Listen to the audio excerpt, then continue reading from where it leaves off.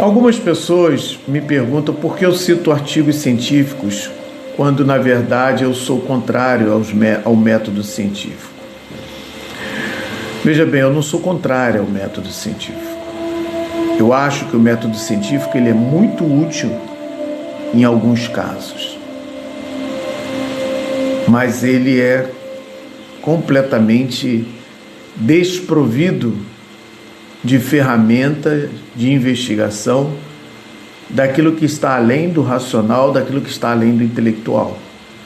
Querer reduzir tudo para o estritamente intelectual é matar a ciência, é matar o conhecimento. A ciência, o conhecimento, ele está bem além do racional.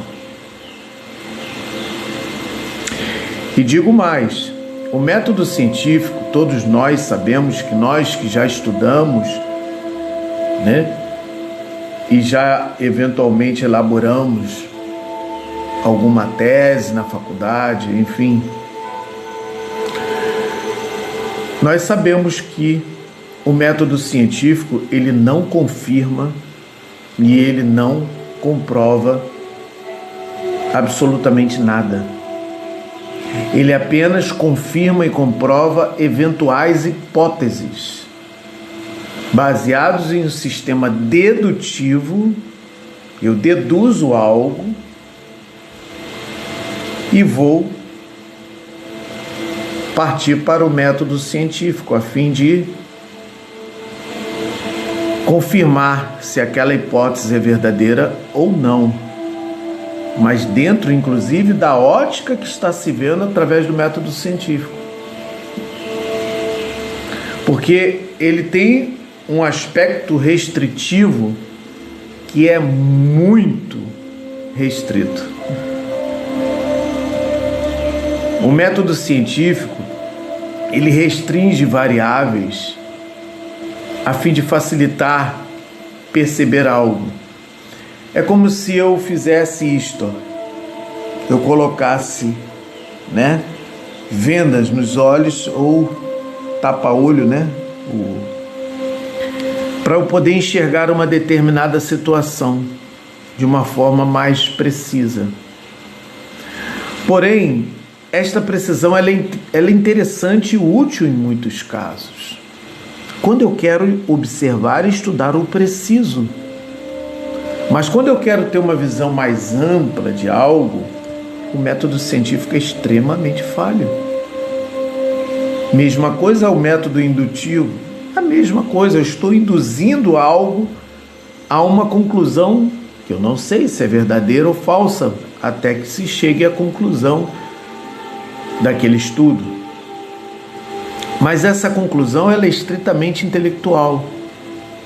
Quando você vai analisar situações, objetos ou situações materiais, ela é excelente para questões ligadas ao tridimensional, largura, altura e comprimento. Pronto, você avança bastante nesses aspectos. Você consegue avançar muito, por exemplo, em dados estatísticos, ainda que se restringam a uma determinada amostra populacional, você consegue avançar dentro de um determinado conhecimento quando se refere a dados estatísticos populacionais. Por exemplo, eu quero fazer ali uma estimativa de boca de urna numa eleição. Dá para se chegar a uma aproximação, mas é uma aproximação. Mesmo nesses estudos estatísticos, eu consigo ter erros, e eventualmente erros gritantes. Por quê? Porque eu faço uma boca de urna, mas eu tenho outras variáveis ali, ainda que ínfima, ainda que muito pequena, da pessoa na hora de colocar o voto, dela depositar o voto na urna, ou dela apertar o botão, que seja,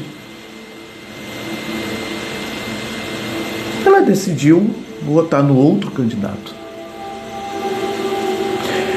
E ainda há a hipótese, a possibilidade de haver um erro no algoritmo. E ainda há a possibilidade de fraude, ainda há a possibilidade de invasão por hackers, ainda há a possibilidade, né, da informação sobre o resultado da eleição não ser aquela. Então você está diante de uma variedade enorme de possibilidades, de variáveis. Entretanto, você pode reduzir tudo isto a partir do momento que você escolhe o voto impresso, ou melhor, o voto escrito. Porque nem o voto impresso ele também é tão confiável assim, ao invés de partir para o sistema eletrônico. Então, o que acontece? Mas esse período entre eu dizer que vou votar num candidato e eu ter votado, existe aí um tempo, um espaço na direção daquela urna. Então, veja bem, pesquisas, elas são muito interessantes, mas elas possuem uma margem de erro.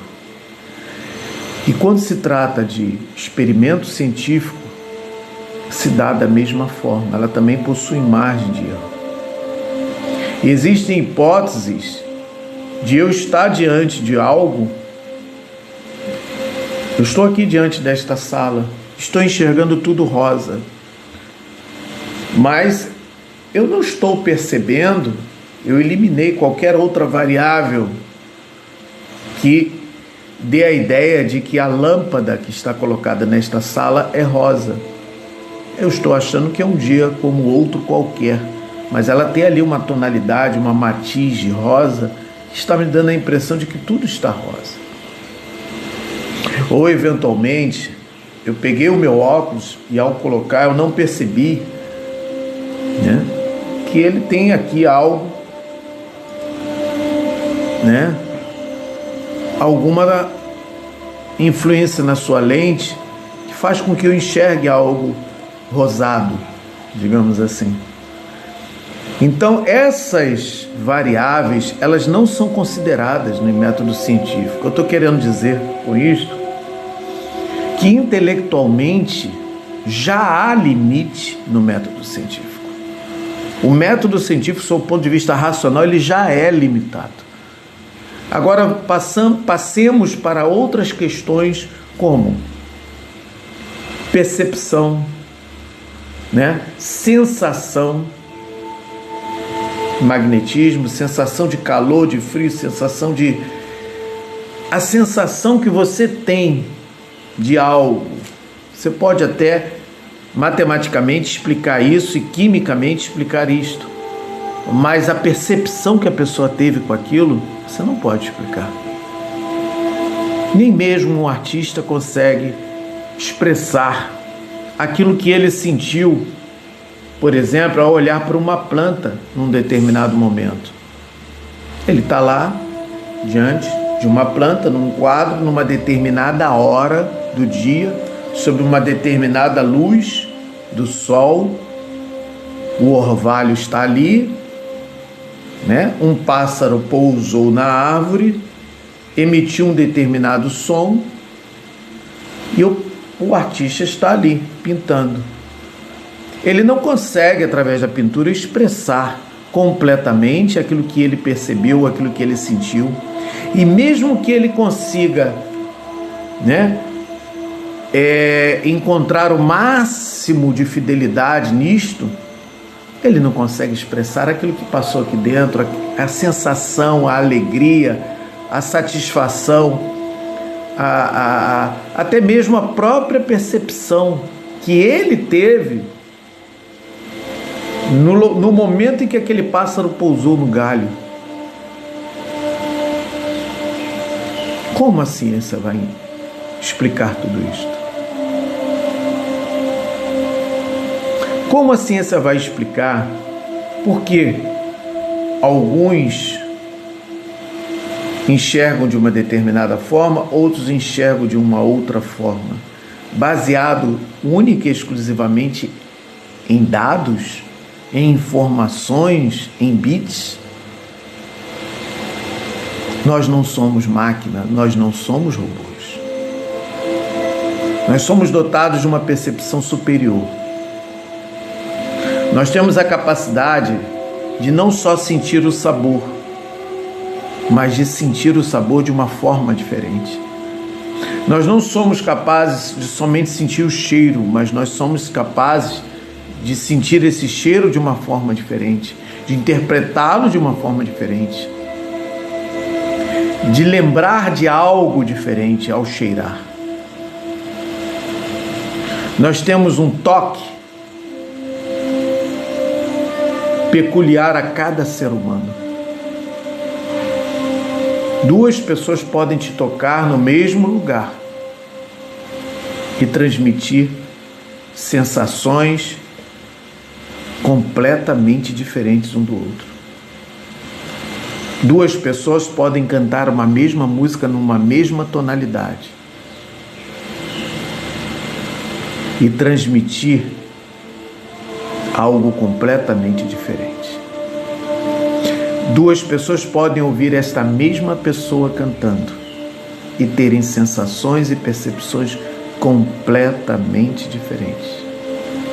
Da mesma forma, várias pessoas podem estar diante de um vírus e cada uma ter uma reação diferente. Várias pessoas podem estar diante de situações das mais adversas possíveis e terem sensações, percepções, sentimentos, emoções e conclusões das mais variadas possíveis. O que eu quero dizer é que o conhecimento, sim, é perigoso falar isto, mas a realidade é que o conhecimento ele é relativo.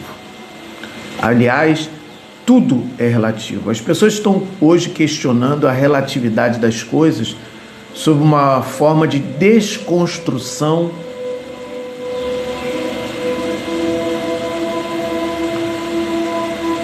de paradigmas, de crenças.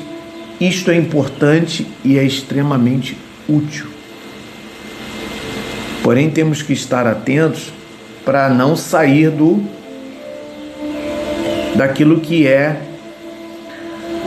digamos assim, eticamente aceitável.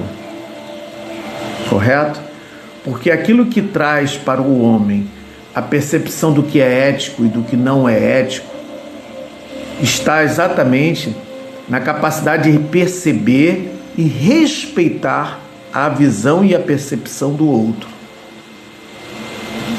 Eu tenho o direito de ser e fazer o que eu quero, desde que eu esteja respeitando o tempo, o espaço e a percepção do outro, de mundo do outro. Isto é ético.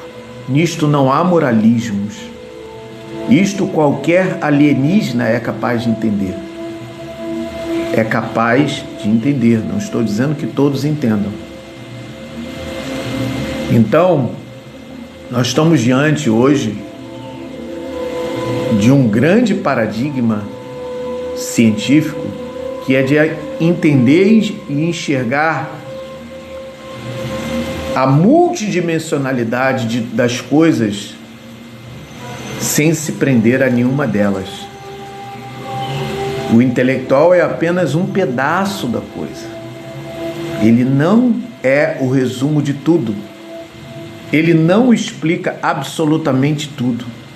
Na verdade, não explica absolutamente nada. O racional, ele é apenas um mecanismo de transmissão de um conhecimento. Ele é apenas um mecanismo de percepção de algo, mas não é o único meio de perceber algo. A aposofia é a quebra de paradigmas, a eliminação de crenças limitantes, sair do sistema de controle, é libertar-se da dualidade, colocando-se acima dos conceitos e definições, a fim de ver mais além e de ir mais além. Douglas Guimbel.